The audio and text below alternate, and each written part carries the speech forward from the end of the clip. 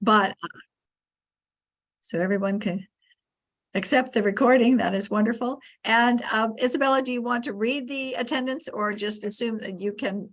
Why don't you do that rather than go around and introduce everybody? It'll be easier just to do that.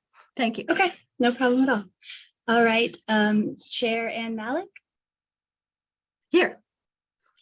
Bela Pisto-Kirtley from Albemarle Board of Supervisors. Maybe we don't need her to come off mute to say that she's here. Yeah, she's driving. Okay, we see her. Lonnie Murray. Here.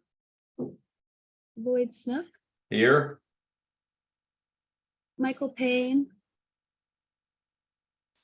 Okay. Moselle Booker. She's also absent. Tony O'Brien. Marvin Moss.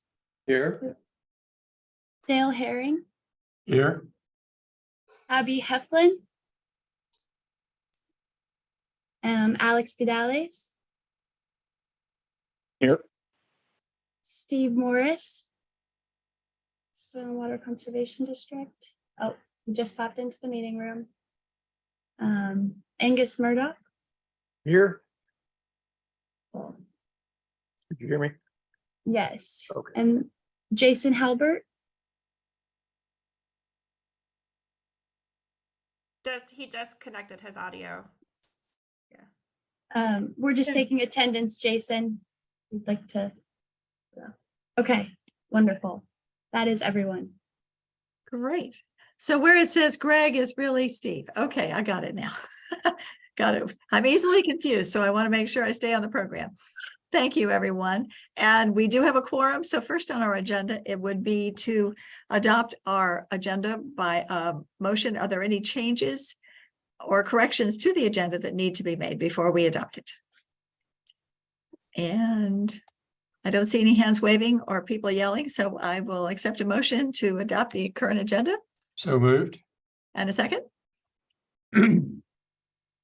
If somebody else moved, I second. Thank you. All in favor of adopting the agenda?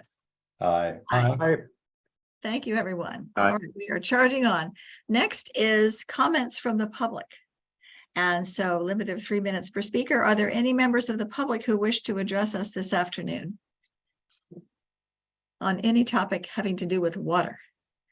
And I guess in general, I'm a member of the public. This is Greg Witch-Ellens. It's not Steve. I thought Steve was on here with a phone call. I saw his name pop up momentarily. Not Great. quite sure where it went. Just clarification. I'm here. The board asked me to sit in on the DEQ presentation.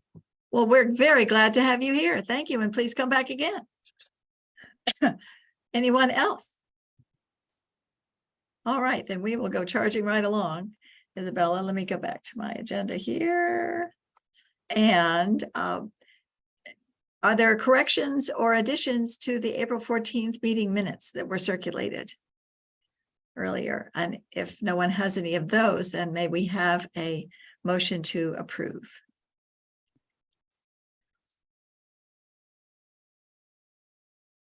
I move that we approve the minutes. And a second? All right, well, I will second them. I think I'm not precluded from doing that. At least not at the county board level. So I hope I'm not making a mistake, but all in favor of approval of the minutes as circulated earlier? Aye. Aye? Aye. Any opposed to approving the minutes? Okay, no opposed. So we have now approved the minutes. And moving along to item 4, which is the TMDL and implementation plan updates, the Rivanna watershed, with our many friends present from the Department of Environmental Quality. Thank you all for being here. And I look forward to hearing this and taking good notes. Great. Thank you. Good afternoon. I'm Justin Williams. I'm the manager of the Office of Watersheds and Local Government Assistance at DEQ.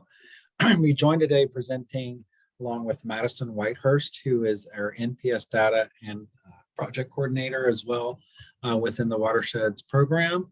Also fortunate to have Stephanie Krebs, who is our NPS grants and implementation team lead with us today, as well as Nesha from our Valley Regional Office, who provides and works in the TMDL coordination and watersheds program there. So I'm gonna try to share my screen and provide presentation. And now hopefully you all are seeing. Yes, we are. Great.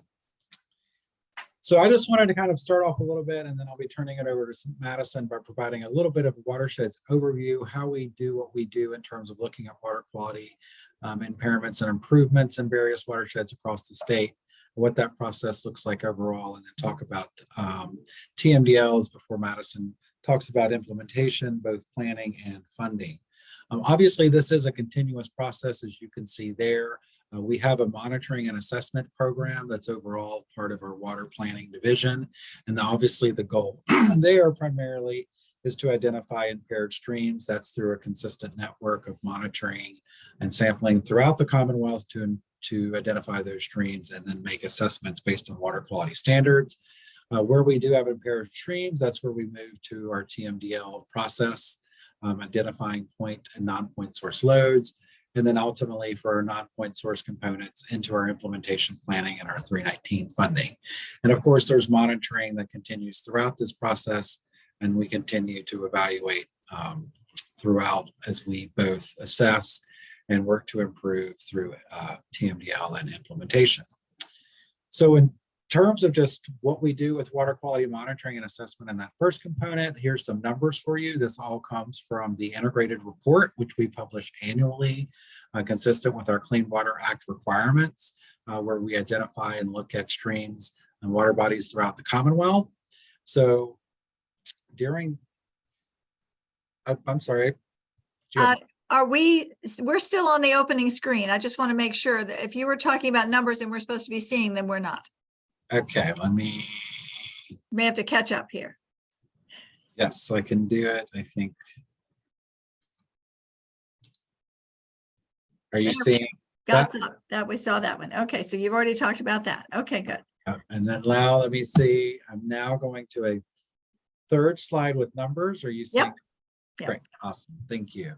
So there you can see this, the nature and the extent of the monitoring and assessment that occurs in the Commonwealth with the total number of samples and stations that we collect, including over 3,000 stations throughout the Commonwealth, 100,000 different field measurements, and then obviously looking for various either parameters or constituents, 52,000 analyzed for bacteria, 80,000 for nutrients, 270 fish tissue, stations that we have, 1,152 samples looked at for VCBs, 1,495 for metals and other mercuries.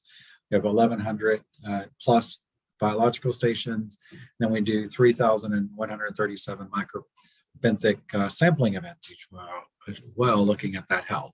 And this next slide, which hopefully you'll see, gives you an idea as to the extent of the network throughout the entire Commonwealth. These were the monitoring stations that were utilized for doing the assessments and identifying impaired streams as a part of the 2022 integrated report. Again, you can see that report and all of those numbers and information on our website under the water quality section. So that's obviously the first step that we undertake, which is to do that monitoring and assessment, go out and collect all of those samples, and then use that compared to our water quality standards to identify what is an impaired water body. Obviously, once we've done that step, we want to move on to developing what we call a total maximum daily load. And that's really trying to figure out what is that magic number to be able to address and improve water quality. There's different steps in this process: identifying the sources of the pollutants, doing modeling to identify the path to the stream or water body of concern from those particular sources, and then honing in specifically on the type of waste load reductions that we need in order to meet those water quality standards that were the basis for that monitoring and assessment component for identifying the stream or water body as impaired. And so that's part of what you can see there as a potential example of where we have multiple sources and identify the potential reductions associated with that. This ultimately is the formation of an equation where the TMDL itself at its simplest form is the total amount of a pollutant a water body can receive and still not exceed water quality standards.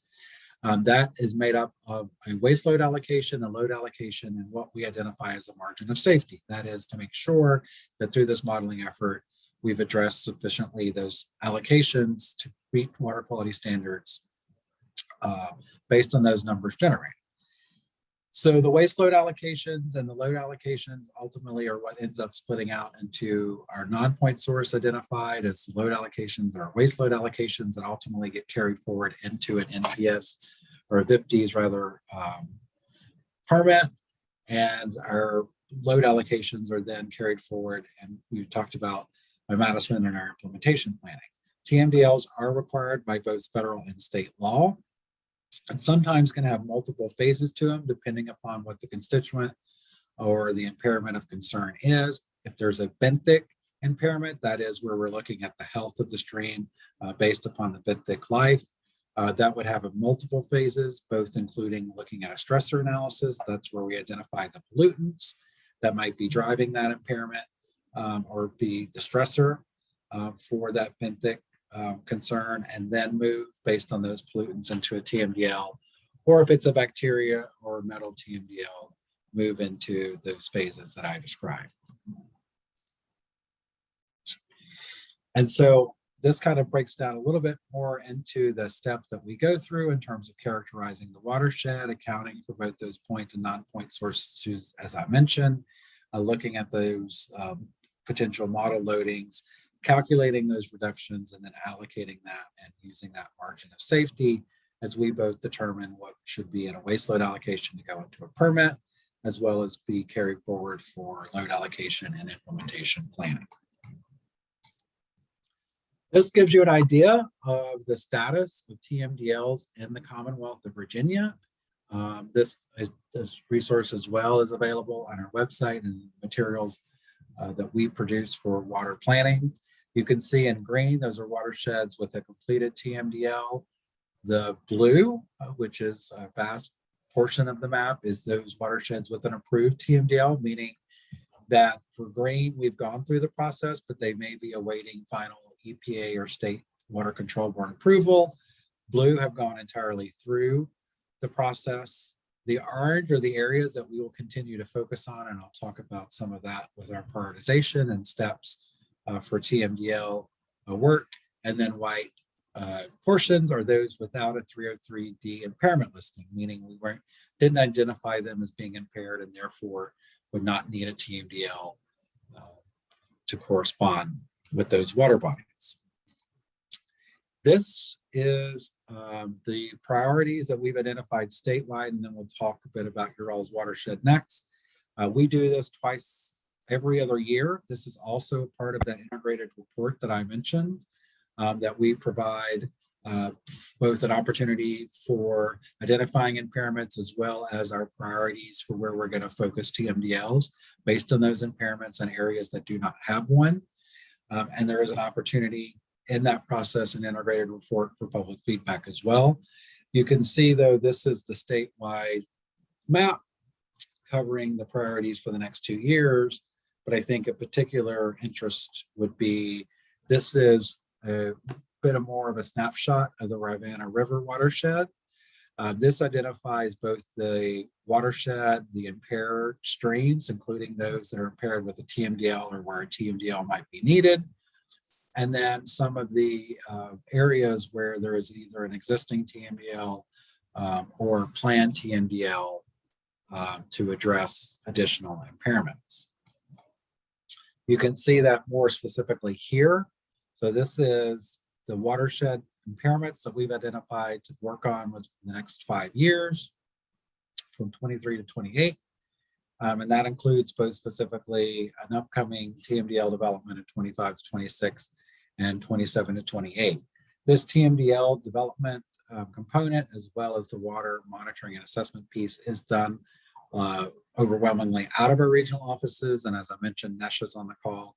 She's the coordinator who would be helping and doing outreach on coordinating and developing both these priorities as well as the development of the TMDLs.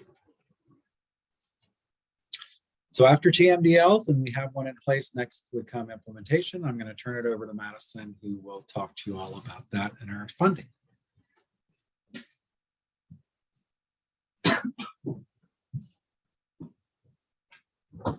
Hi, I'm Madison Whitehurst. Like Justin said, the non-point source coordinator for Piedmont and the Valley. So like you said, after a TMDL, we have a TMDL implementation plan, which just kind of is what you need to implement non-point source. So it's just a document that details actions and strategies that you need to do to just achieve load reductions for the non-point source pollutants that are defined by the TMDL. And then I just provided an overview of what is included in it. So it does review the TMDL and then just provides updates if necessary. It has these corrective actions that you need to improve water quality. So whether it be best management practices, education or outreach, things like that.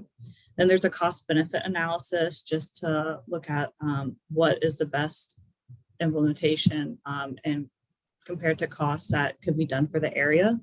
And then we have measurable goals in a timeline. And so implementation plans, they have a staged approach for implementing. And so we usually start with the most cost effective and the best BMPs that can be done right away. And then after those are done, after a certain amount of time, we look at the water quality again and see if we're meeting our standards. And if not, then we move on to the next approach. And then the most important part is the public participation. So we include stakeholders throughout the whole process, just like in our public meetings, and we really rely on them to just help us with the continuation and implementing our plan. So how to actually implement implementation plan. So currently our 319H request for application is open. So what is 319H funding? It's just an EPA award from the Clean Water Act for states and territories and tribes to implement TMDL implementation plans. So local governments, county health departments, soil and water conservation districts, Virginia institutions, planning district commissions, nonprofits, they can apply for this funding. And they can apply to implement BMPs such as like agricultural, residential, pet waste, urban BMPs, as well as education outreach and water quality monitoring. And you can apply to work in any approved TMDL implementation plan within your area. And the current RFA actually is open and it ends August 31st.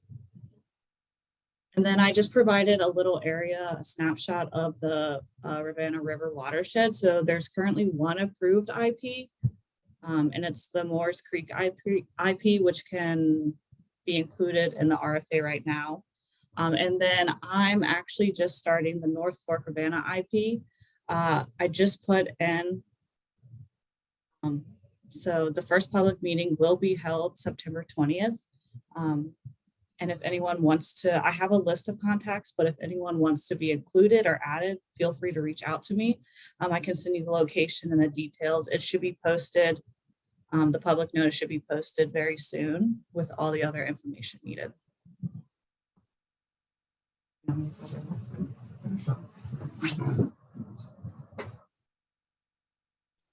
So just to provide some additional detail, here's some resources for those that are interested. So DEQ has an environmental data mapper.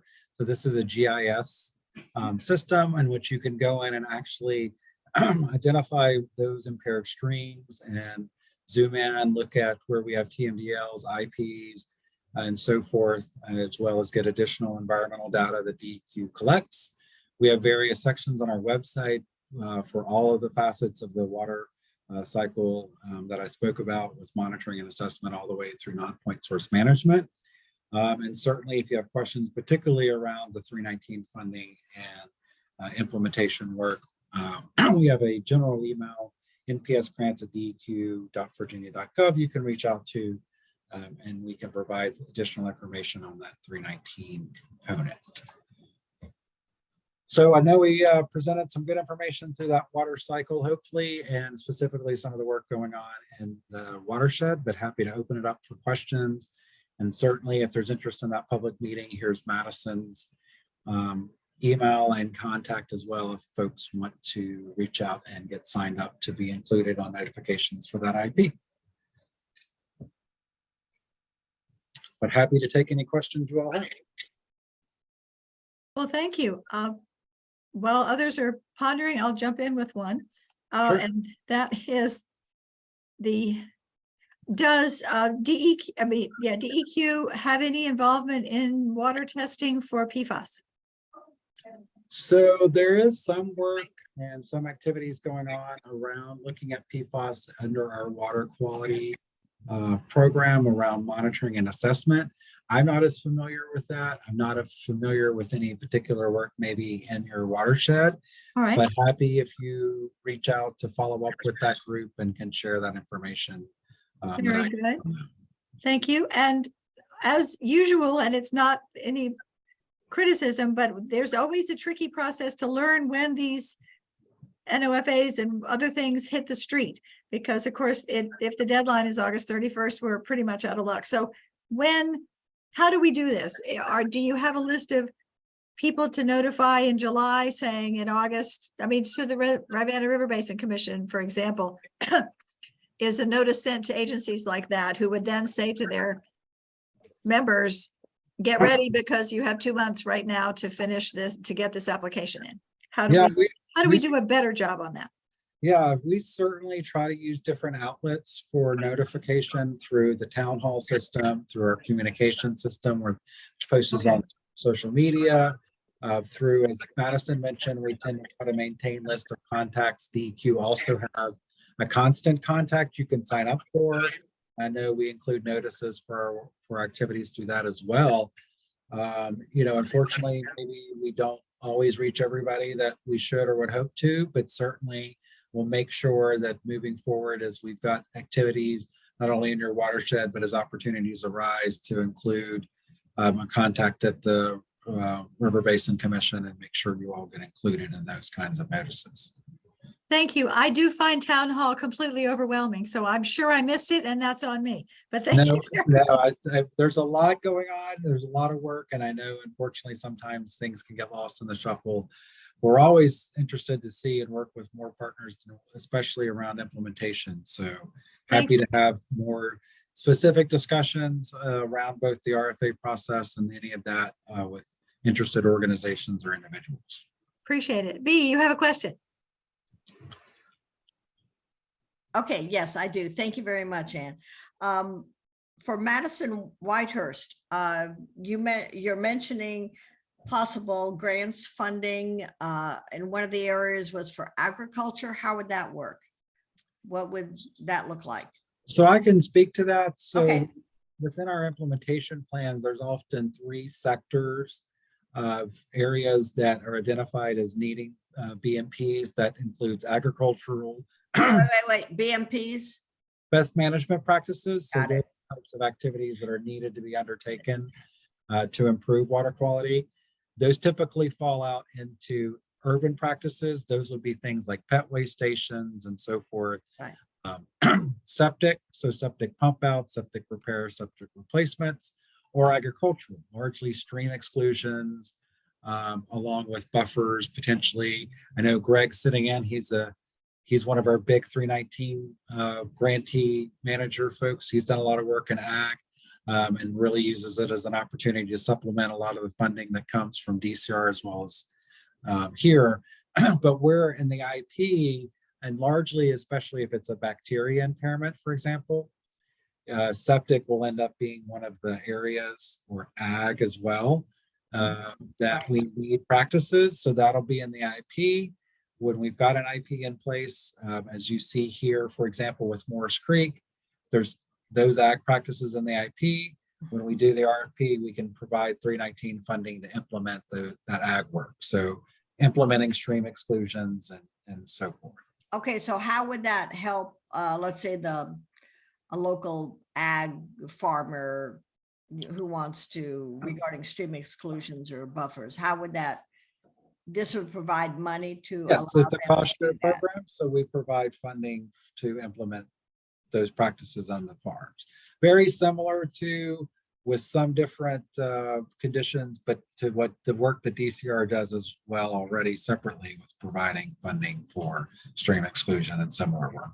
And are you able to send us a copy of the PowerPoint that you Oh, have? yeah, absolutely. We'll get that. as well as a copy to some links and the references we mentioned as well. Thank you. Thank you. Absolutely. Wasn't able to see everything while I was driving, but I. Oh, no. problem. Understood. It's all there, and we'll make sure if there's questions too. I'm always happy to keep talking after today. Thank you. Thank you, Jason. I see your hand. Yes, thank you. Jason Halbert, I'm the city rep for the Basin Commission. Thanks for your presentation. How does DEQ track its success? What's the metric for the TMDLs? Do you just go back to the 303D list and see if the same creek is impaired again through monitoring, or what is the success rate in Virginia for these TMDLs? So there's a couple of components to that. Ultimately, within that process, the ultimate goal is to get back to a delisting, right? Because there you've shown that the water body has gotten back to water quality and meeting water quality standards. How we would also look at that, though, would depend on within that TMDL, if it was largely associated with waste load allocations and permitting, or non-point source load allocations needing implementation plan and funding, because there it's different mechanisms. So if it's waste load allocations, once that TMDL goes into place over a period of time, we work to get those allocations into the permitting, and that's a big driver for being able to measure that success, because you're actually measuring that point source and associated load allocation. With implementation, we do is, again, as I mentioned, this continuous type process, do implementation monitoring. And so as we have implementation going on throughout the Commonwealth, in addition to all that monitoring and sampling that goes on for driving the impairment and the integrated report, there's dedicated monitoring looking at implementation activities to see if we're seeing reductions and doing work. And in fact, within our 319 program, we do have a few grantees. Greg at Culpeper is one of them, who we do provide some funding for them to do sampling as well, to look specifically at the water body where they're doing implementation. So we try to have a couple of different checks in there to not only look at the health of the water body through the impairment and improvement there, but the activities that we're doing as we're implementing them to address those impairments. But the overall goal of all of it is to get the water body back to meeting those standards and thus being delisted, because that's the ultimate measure of a water body for the Commonwealth. Thank you. What I'm getting at is, what's the trend line? Are we, as a state, are we reducing the number of impaired streams over time, or is it steady, or are we getting more? Yeah, so we are reducing overall. I mean, if you go back historically and look at the number of impairments in the Commonwealth of Virginia, certainly, I would say there's a trend. I can only speak lightly about this. It's a different shop that looks at that, but if you've looked at our integrated report, there's a lot of that historical data and information about that. One other consideration, though, is as we look at or consider additional pollutants or concerns, certainly that can be an impact, right? Because as we look at things like benthic, for example, or if there's emerging contaminants or constituents that come into play, that can certainly be an element as well. But I think certainly if you look historically, including, comparatively, we do a lot of similar work around the Bay. We've certainly seen reductions, we've seen improvements. And so it's a continuous improvement process, but certainly I think we've seen a lot of success for the work over the period so far. This is Marvin Moss. I have a question. Can you hear me? Yes. Looking at the map, only about 20% right now of the watershed has implementation plans underway. That means a great deal of the watershed doesn't have implementation plans undergoing. How do we move that along, and how do we get the local jurisdictions? I'm, of course, from Fluvanna County, and I'm concerned that Fluvanna County is doing what is necessary to try to get implementation plans underway. But I'm concerned that so little of the watershed with the pending 2025 deadline, only a smidgen of it is actually got implementation plans now. And I'm not being critical, I'm trying to find out what's going on. Yeah, certainly. And so again, going back to that process, and as I mentioned or showed as well, and let me go back a little here. So as I mentioned, there's TMDLs being prioritized. So that would be a next step, for example, in getting implementation activities, again, as a part of this watershed. And those are planned over the next few years, as you see. As I mentioned, we worked out of Shop, and then that then allows the opportunity as that TMDL gets set for us to then prioritize and focus on it for an implementation plan. And again, you see there's one planned for there as well. Particularly with TMDLs and that prioritization process, but even IPs, we try to get to as much as we can based on resources and of course, having to look at the Commonwealth. But certainly where there is interest, we're always curious and want to hear from folks around that. If there are areas of impairments or TMDLs in place where there is interest in implementation, because we certainly want to go where we're going to have good stakeholder involvement, of course, where we've got that participation. So certainly if there's specific areas or water bodies that you, as you look at this watershed or any you're interested in, certainly reach out and happy to talk more specifically in that area as well. Okay, thank you. Sure. Okay, Angus, Um, and then Lonnie, Yeah, thank you. I'm just trying to get a better understanding of the ones that that have plans drawn up. Were those priority areas based on the degree of impairment? If you mean the as far as these in terms of the implementation plans, Yes. Yeah, Were so- they were selected as the most impaired or were there other? there's other Criteria. factors that would come into play for identifying where we might, once we have a TMDL, move to or develop an implementation plan.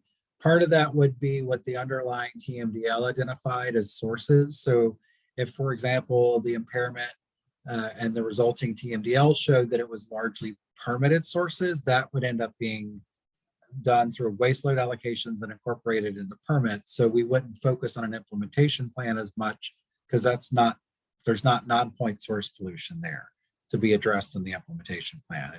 It would be addressed through permitting. Other factors would be stakeholder interest or sources or opportunities for funding, depending upon the nature of that area to actually get practices in place. Because plans are great, but we want to be able to get those plans in place and undertaken, actually getting practices on the ground.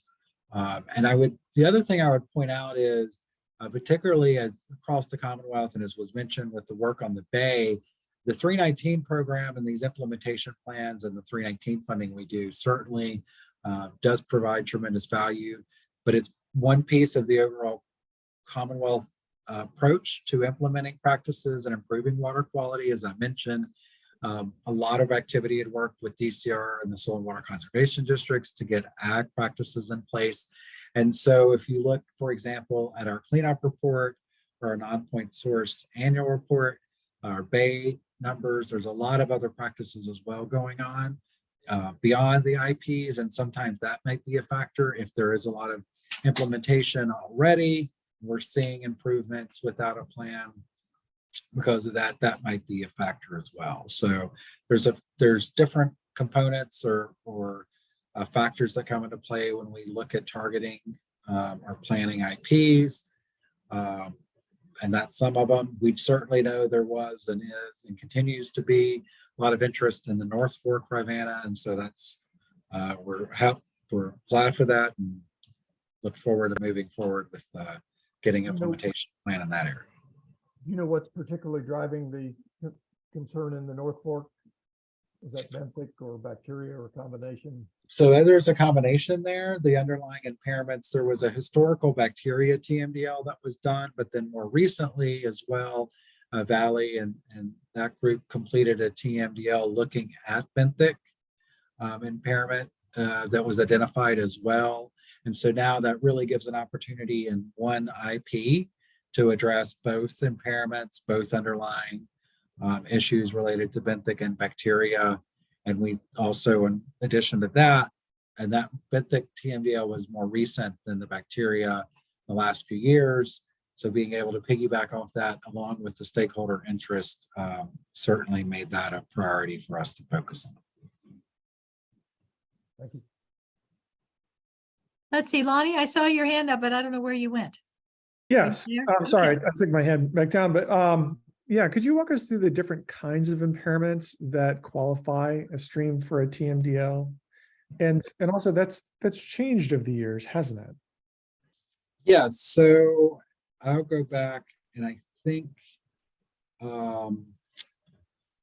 so there's a couple of different components to this. And I think what I would just quickly highlight first is, as I mentioned, going back, and as you kind of see here in these numbers, within the monitoring and assessment world, that's the world that's doing the monitoring and sampling to identify and create the impaired waters list and the 303D piece, that has some evolution to it in terms of looking for bacteria, looking at nutrients, doing fish tissue, looking for PCBs, for metals, and so forth. I think what you see and have seen as well, more on the TMDL side, and that component is, so obviously what we're looking for and assessing for that impairments list is going to be a driver, of course, because it's got to be impaired for something for the TMDL to piggyback off of. Is a lot of effort in Virginia historically was focused solely on bacteria TMDLs.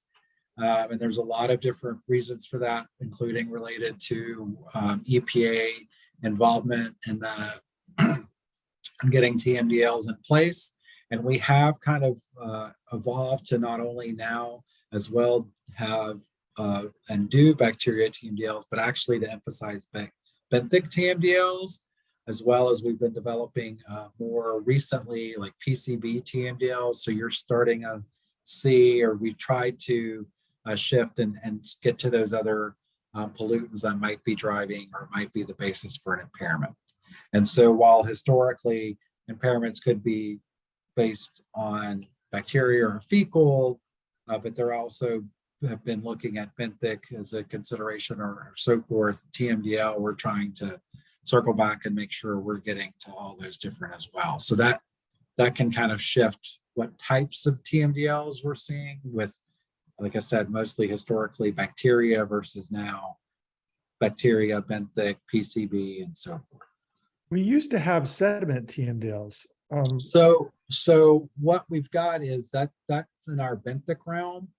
So where we've got, and we're looking at a benthic impairment and we do that probable stressor analysis, that's where sediment comes in, because that's typically a very common stressor. It's usually, I'm not sure, Stephanie can correct me if I'm wrong, but primarily you'll see sediment or nitrogen and or phosphorus. Sometimes DO can be a component, or temperature can be a component. And so it gets wrapped up into that benthic piece as being the stressor for the health of the stream. Okay, so whereas in the past we used to have a separate TMDL for sediment and benthic, you're saying that that's just been folded into benthic. So yeah, the sediment, the work related to TMDLs that we've been doing is looking at sediment through that component of as a stressor on the benthic, which is the underlying impairment. Has there been any evaluation or discussion about the impact of invasive species on benthic macroinvertebrates? I know there's been some great research that suggests, for example, streams covered in multiflora rose will automatically have benthic impairment because there won't be the native leaves in the streams that the benthic macroinvertebrates need. Yeah, I can't speak to maybe a specific emphasis on that holistically. I mean, certainly as we develop the TMDL and we look at the potential stressors and conditions of the water body specific to that, certainly, as a part of that conversation, but that's certainly a great note and interesting for me to follow up with Mark Richards and the TMDL folks and take a look at that, especially with any research to be able to connect with that work as well. Yeah, I believe Stroud has done some research on that.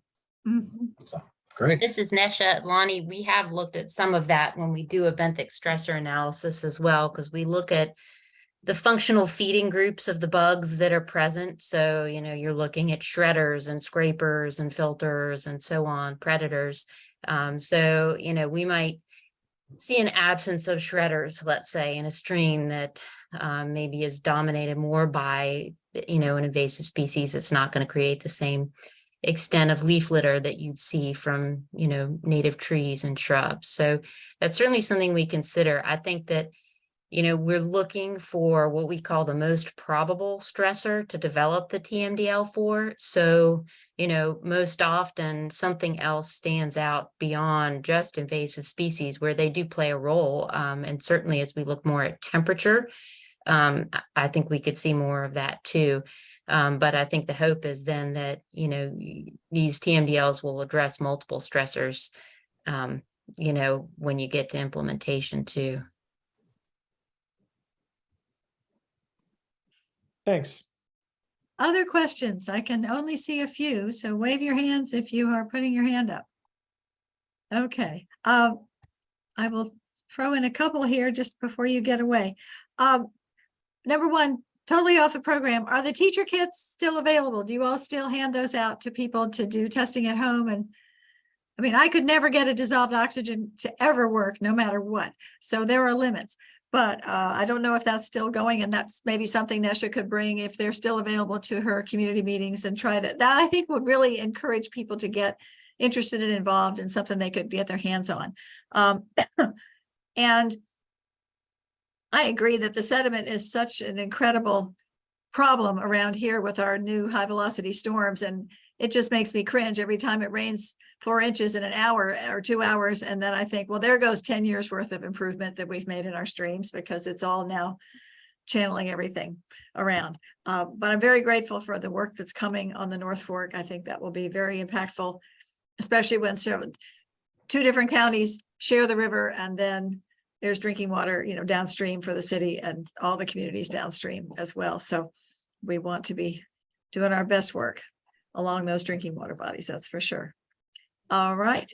Yeah, and we'll certainly make sure Madison will share the details with you all of that meeting. So for any of those interested, certainly look forward to you coming out, learning more about that process and the work in that area. Really appreciate everyone's time today. We'll share around the presentation. And as always, if you think of anything else on your end or any questions we can answer, always happy to engage with folks. Really appreciate it. Thank you all very, very much for your time today. This was fabulous. Thank you all. See you soon.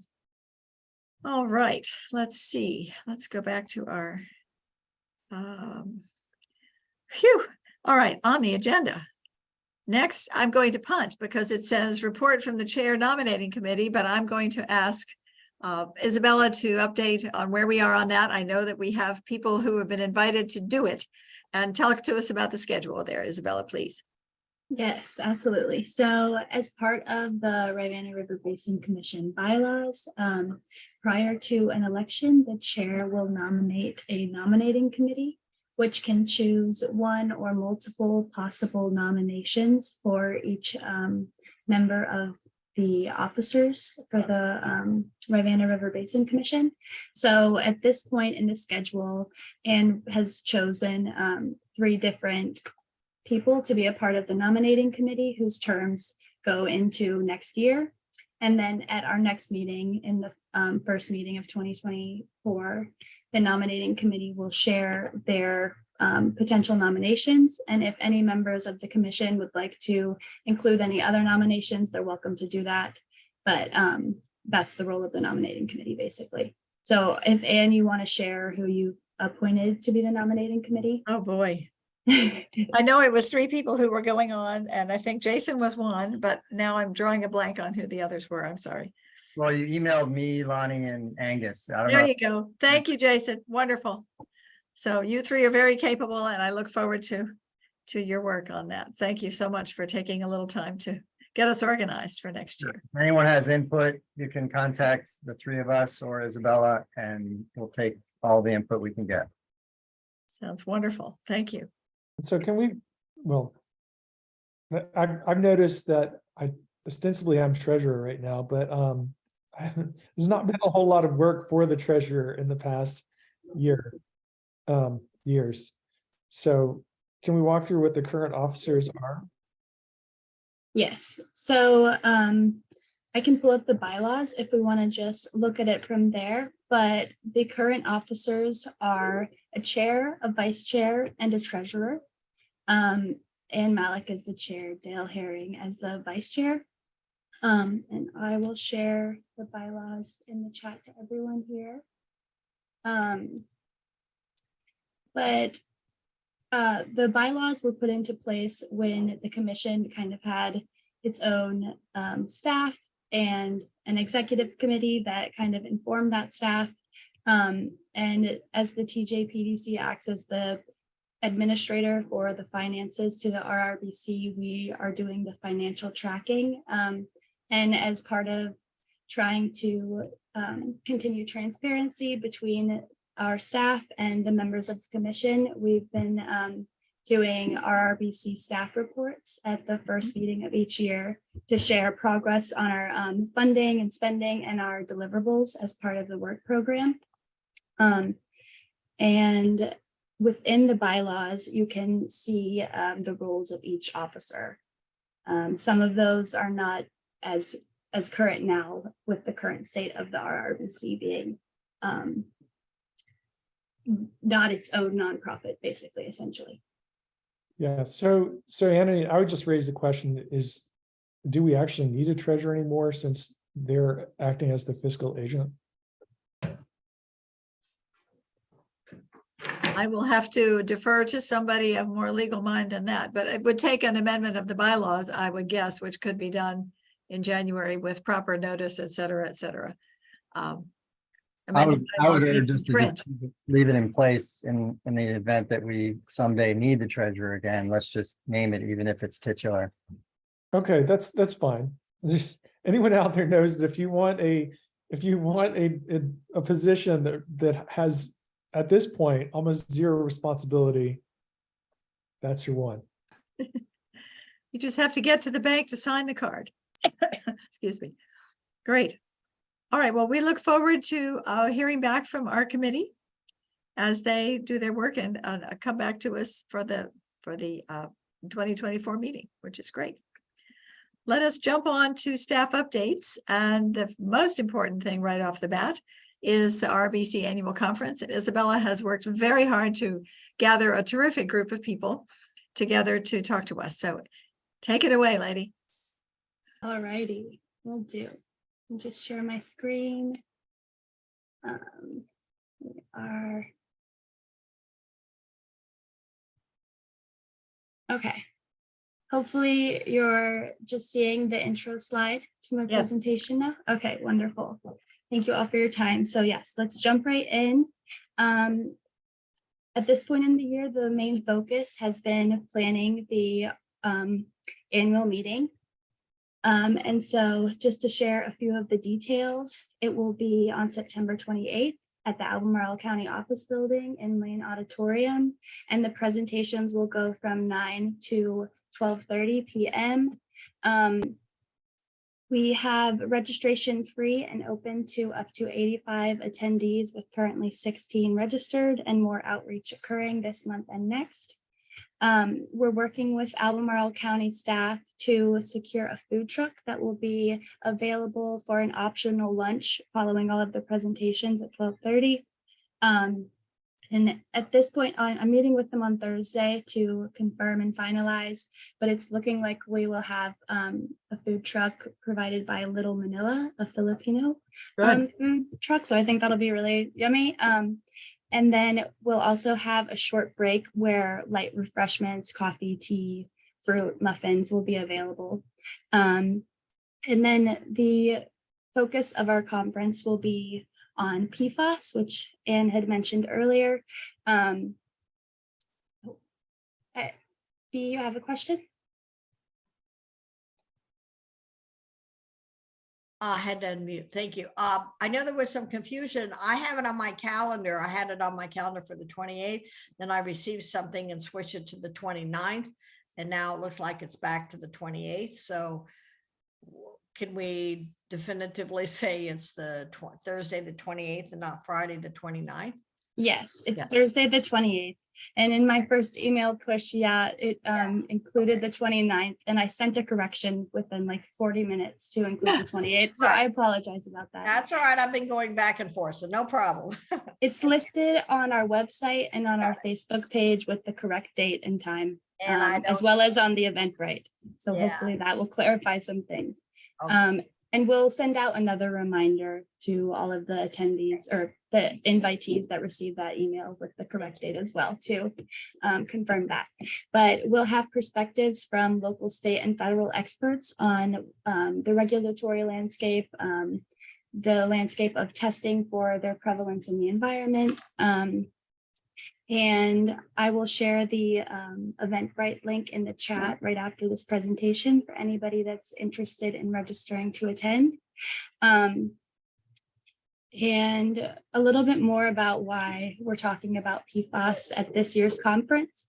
For background, PFAS are persistent synthetic chemicals that are used in many different consumer products, as you can see in this image. And they first began being manufactured in the 1940s, and they consist of over 4,700 different types of chemicals. Their chemical structure makes them useful in being stain resistant, water resistant, heat resistant, but it also makes it so that they do not really break down in the natural environment. EPA reports that exposure can lead to some adverse health impacts, such as fertility issues, changes to immune system, cholesterol, and liver and enzyme levels. EPA established a health advisory in 2016 for these, and then an additional health advisory for additional PFAs in 2022. And in March of this year, EPA announced a national primary drinking water regulation for 6 of these different PFAS, which limited their maximum contaminant drinking levels in drinking water, or at least it's a proposed regulation which will limit them.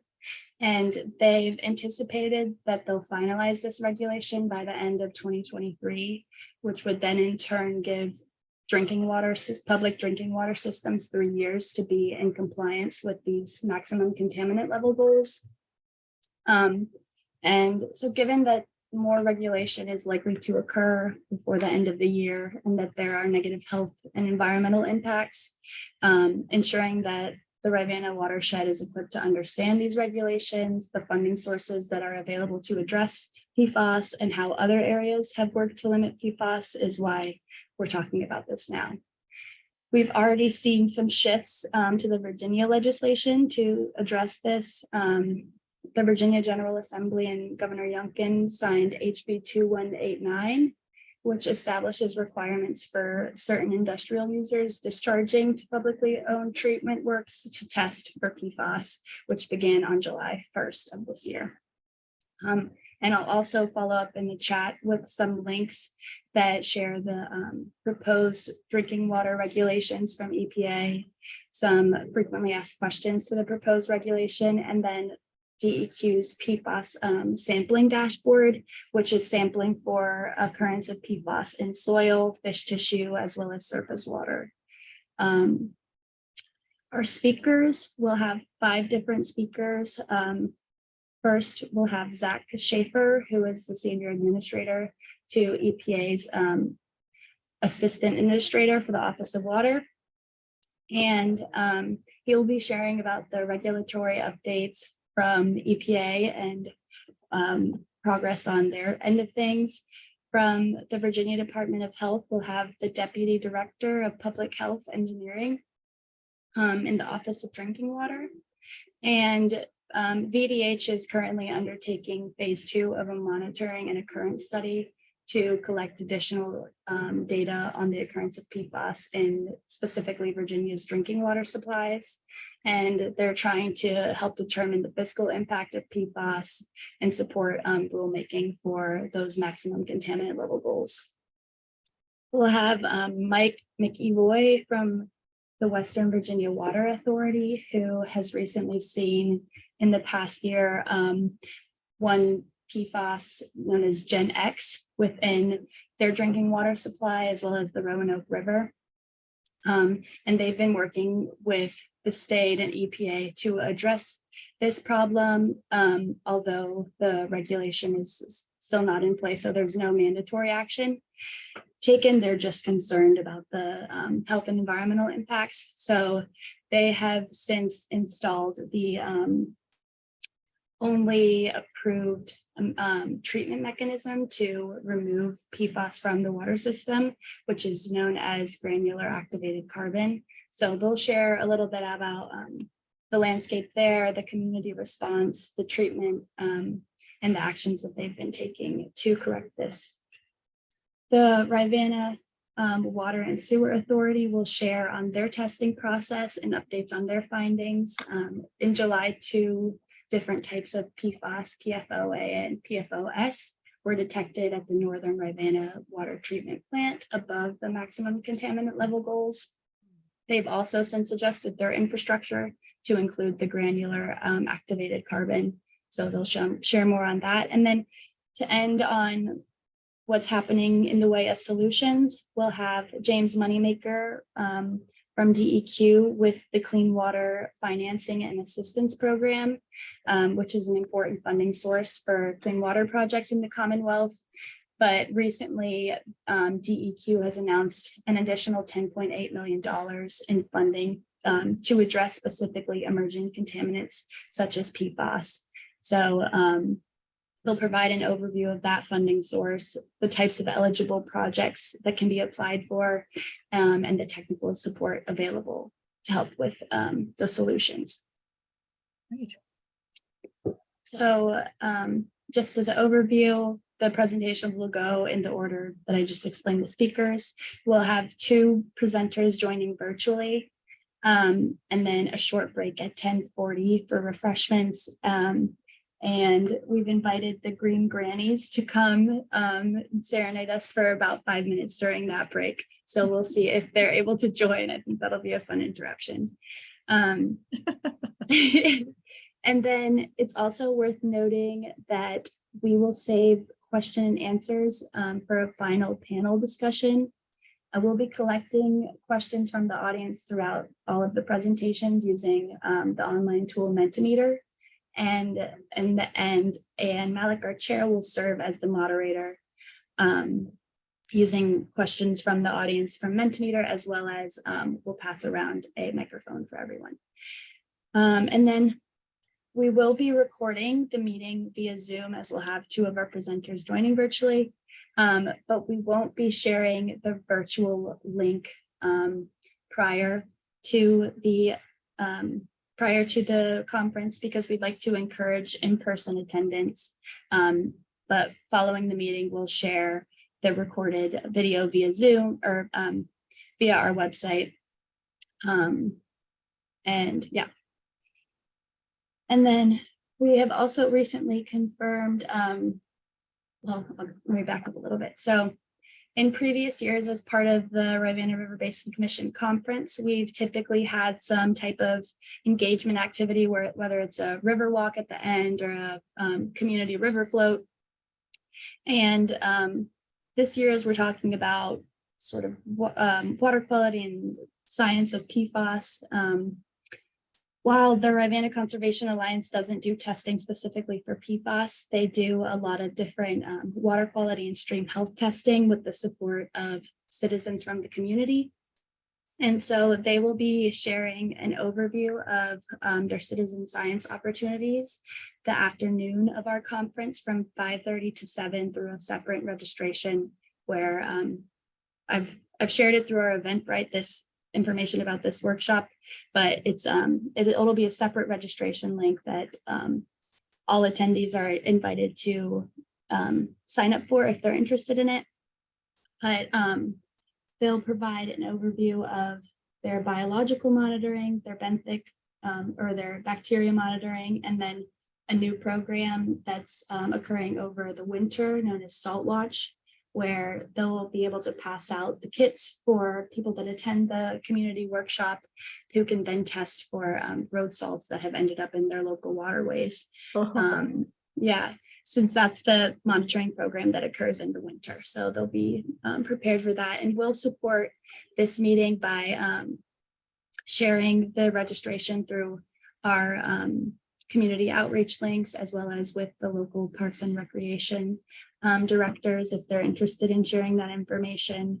We'll also provide the homeowner toolkit that describes the common residential best management practices and funding and technical resources if they're interested in more ways to bring conservation to their lives. And then we'll also provide refreshments and at that meeting.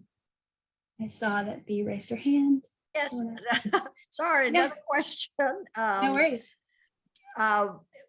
If someone takes one of these kits that you're talking about, Salt Watch Monitor kit, and does the kit let them know right away, or do they have to send it away or give it to you?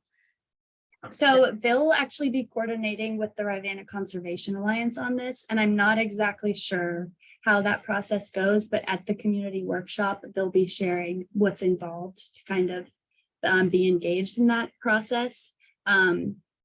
I believe, though, that the kits would have to be returned to the Rivanna Conservation Alliance. And one exciting thing that I learned about RCA is that they are the only nonprofit in Virginia that is certified to the highest level to share their water quality monitoring data for biological and bacteria monitoring to DEQ. So this directly informs some of the work that they were just sharing about in the implementation planning process and the TMDL. Okay, thank you. Yeah. Excellent. Well, thank you. Go right ahead. Keep going.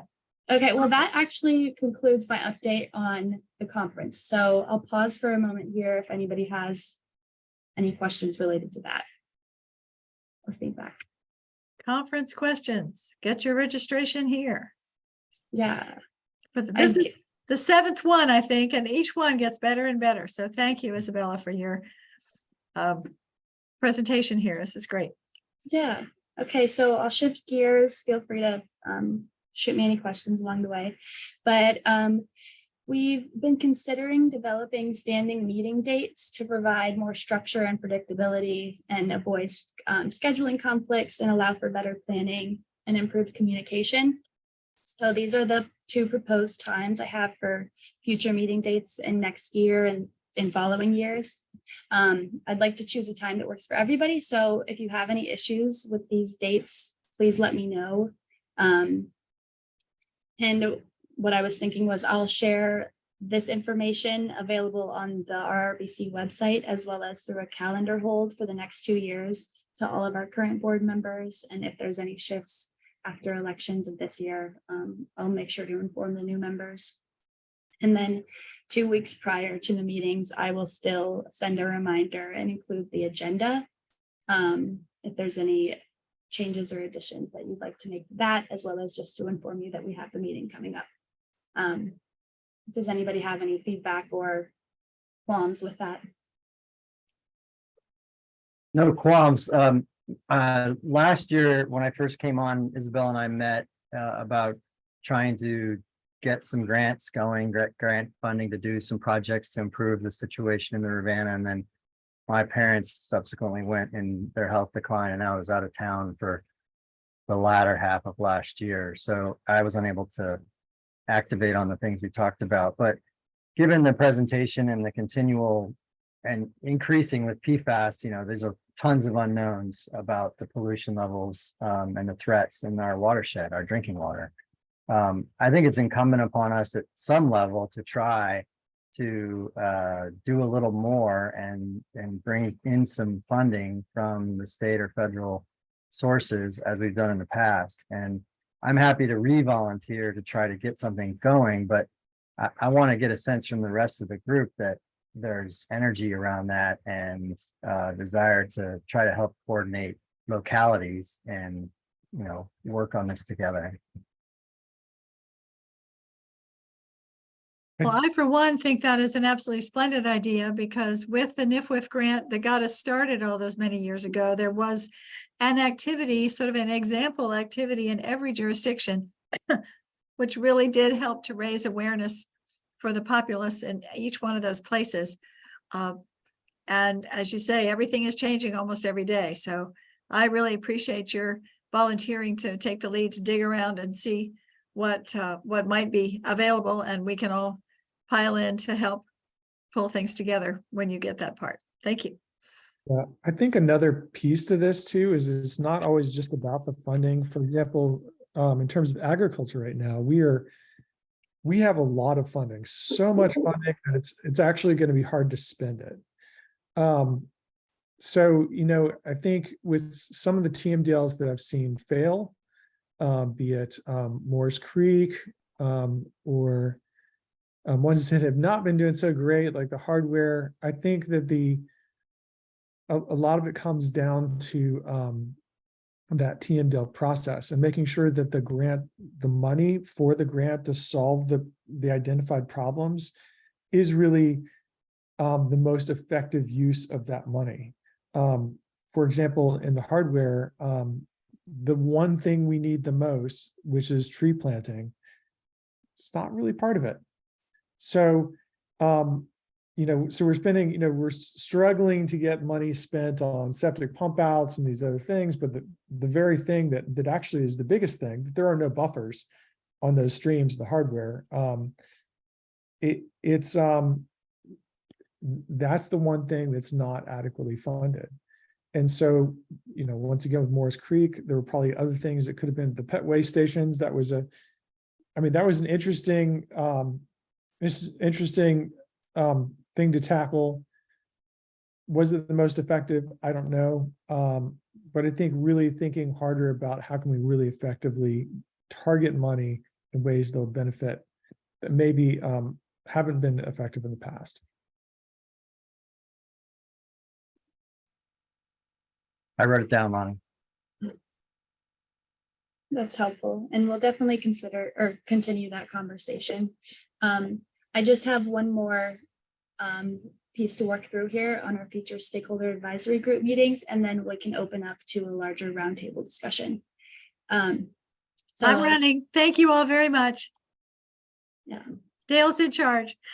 Thank you. I appreciate that. Thank you, Ann. Thank you, Ann. Okay, so as part of the RRBC bylaws and as restated in the 5-year work plan that we've developed, the RRBC will convene its stakeholder advisory group or watershed roundtable at least 2 times per year. And this will be to discuss the RRBC's current efforts, issues affecting the basin, applicable grant opportunities, and discuss appropriate solutions to those issues. As members of the commission, you are standing invitees. And we have our next meeting scheduled for October. So here I just wanted to share about our ideas for the topic that we'll be addressing. So we've heard from some local staff that because there's not staff time that's dedicated to supporting the administration of the Rivanna River Basin Commission, sometimes it's difficult to identify standing members to be part of the stakeholder advisory group. And so we've kind of tried to shift the definition of what it can mean to be a little bit more flexible, to focus on some of our current initiatives. So for example, our first stakeholder advisory group meeting as part of this new work program was held in February of this year, where I shared about an initiative that supports our Rivanna stewardship understanding, which is a page on our RRBC website, as well as an initiative of the watershed implementation plan that the PDC's contracted to DEQ through, which is the stewardship mapping and assessment project. And we provided an overview of the initiative and then gathered feedback from about 25 different environmental stewards in the region to help inform that effort. we're still working through that project, but we're in a phase where we'll be closing the survey in about a month. And then we'll be cleaning and visualizing that data and are not yet ready for an engagement opportunity or a meeting. So we're considering other topics of interest. And as a later part of our work program, beginning in 2024, we will be focusing on a historical timeline of the Rivanna watershed. And my thought is that having a stakeholder advisory group that might be able to better inform that work might be well aligned with our values as a RRBC. But we're not quite at that stage yet. So focusing on the RRBC's overall mission to promote activities that foster resource stewardship for the environmental and economic health of the basin by supplying a forum for communication, coordination, and education is what we're thinking. So for topics of interest, I have two for you. So currently, non-MS4 localities. So in the Rivanna River Basin, that would be Green and Fluvanna. They may choose whether or not they like to opt in or out of the Virginia Stormwater Management Program. And if they choose to opt out, then DEQ is designated as their administrator. Non-MS4s that do opt in assume an added task and expense of administering this program, but there are some benefits that are typically associated with that.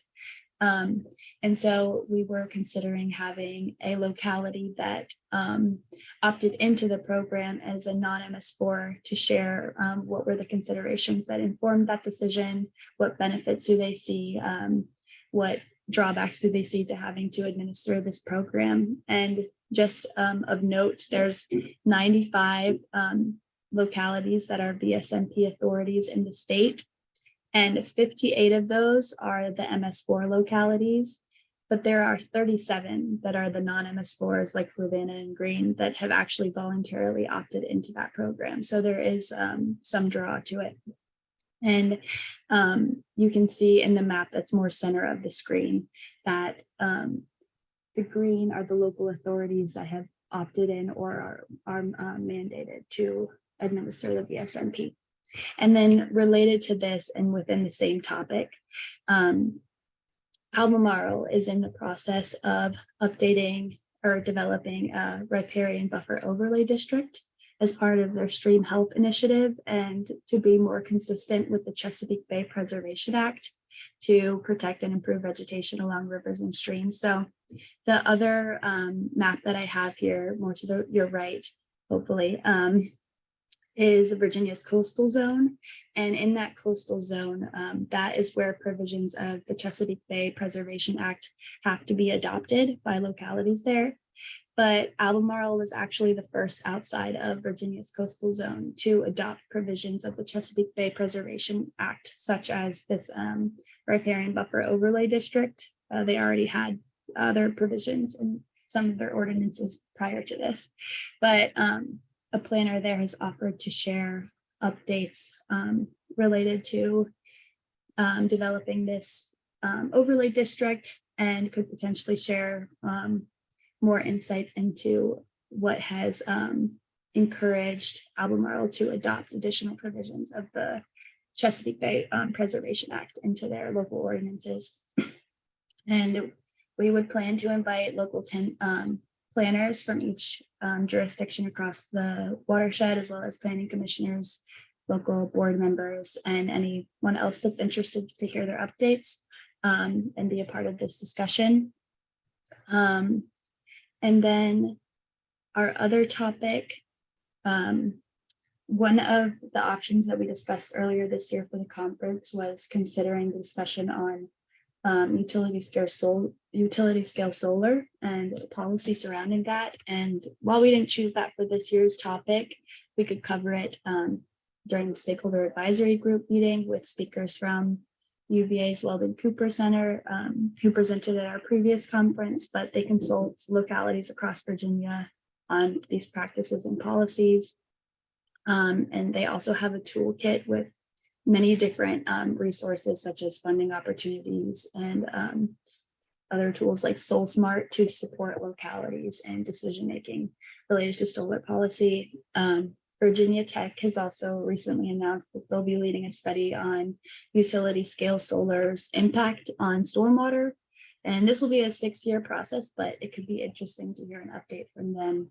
And outside of our watershed in Louisa, they've recently adopted a technology overlay district and a solar conditional use permit that requires significant vegetative buffers around each of those use types. And it may be interesting to hear what motivated that, as well as some perspectives from developers taking creative approaches to address community concerns and the environmental impact of large-scale solar. We'll have the same members or same stakeholders be invited, and then address questions like what types of projects have seen community support, and hear this as a roundtable from the different members within the Rivanna watershed. And then that those are the 2 different options that we have provided. And if you want to share what might be of priority in your jurisdiction or what you see as a higher priority within the Rivanna watershed for our next stakeholder advisory group meeting, that would be appreciated. But feel free to also just share your ideas, perspectives, and questions related to the RRBC's values and any issues impacting the watershed. And just these can be items that the RRBC can address at future meetings. Issues that your locality is facing related to the goals and values of the RRBC, questions or perspectives that might be worth sharing through our social media or the Rivanna forum on our website. And maybe there's achievements that you might be interested to share about. But I'll open the floor back up to everybody. All right. Thank you. Any questions for Isabella?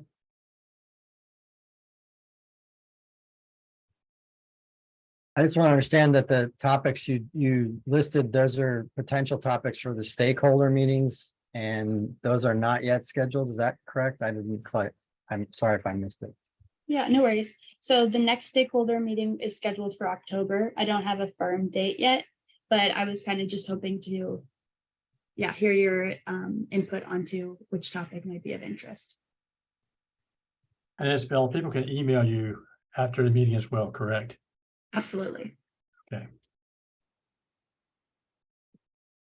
All right. The last item on the agenda is roundtable discussion and items for the next meeting. So this is where each commissioner can speak up if they have something in their area or locality they wish to bring to the group. And if I seen anybody raise their hand or anything, I'm sure that Isabella or others will help me out here. Yeah, absolutely. And wait, I might have missed that. So you're moving over to the items for the next meeting? Well, that's the last time on the agenda was 2:10 to 2:30 was the roundtable discussion. As part of the roundtable discussion on the agenda was each commissioner is invited to share updates and also the items for the next meeting. Okay, perfect. I just have one more slide here. I just wanted to share. This is the items that we already have for the March meeting. We'll welcome any new members that have joined, and then hear our report from the nominating committee and do the election of officers. And you'll hear our staff updates with the RRBC report and the WIP program updates. But if there's any other special topics or speakers you'd be interested to hear from, please let me know or feel free to reach out prior to our meeting. I don't think we've ever had anyone come and talk from Blue Ridge Prism about invasive species, have we? Not to my knowledge. That might be an interesting topic for folks to learn about invasive species along our rivers and waterways, what we can do. Yeah, I'm sure there's some funding opportunities available. Maybe that could be, or case studies from other areas, how that's being addressed. Any other ideas? So Isabella, you're going to check into that for the March meeting? Yeah, absolutely. All right. Any other suggestions? And you can always email too prior to the March meeting. But make sure if you want a guest speaker, that you give Isabella plenty of time to find somebody. Don't email, the end of February or March meeting presentation. She may have trouble finding somebody to present. It's appreciated. Thank you. Go ahead and stop there so I can see everybody. All right, any comments from any commissioners or any updates you wish to share?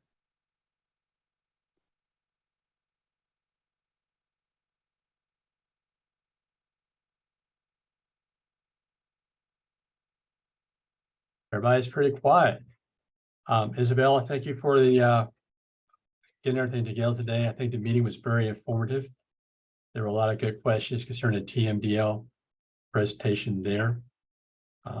If we have no other comments, and please be aware that I'm definitely not Ann as far as being chair of this organization. But there are no other comments. I guess we can entertain a motion to adjourn. So moved. Do we have a second? Second, A motion is second. All those in favor to adjourn, signify by saying aye. Aye. Anyone opposed? And so far, I've never heard anybody oppose an adjournment to a meeting yet, so I'll keep waiting for the opportunity. So, And yeah, thank you so much. I hate to do this after a few people have popped out, but I just noticed we had somebody from the public that joined in, and I just wanted to open the floor up again because we did have comments from the public earlier, but James Schuster. And thanks for your comment. It's not out of line. It's appreciated. But this is an adjourned meeting now. Okay, yeah. All right, gentlemen. All right, ladies and gentlemen, thank you so much. Yes, have a great day. Take care now. Bye. Everyone. Bye. Thank you, everybody. Bye. Bye.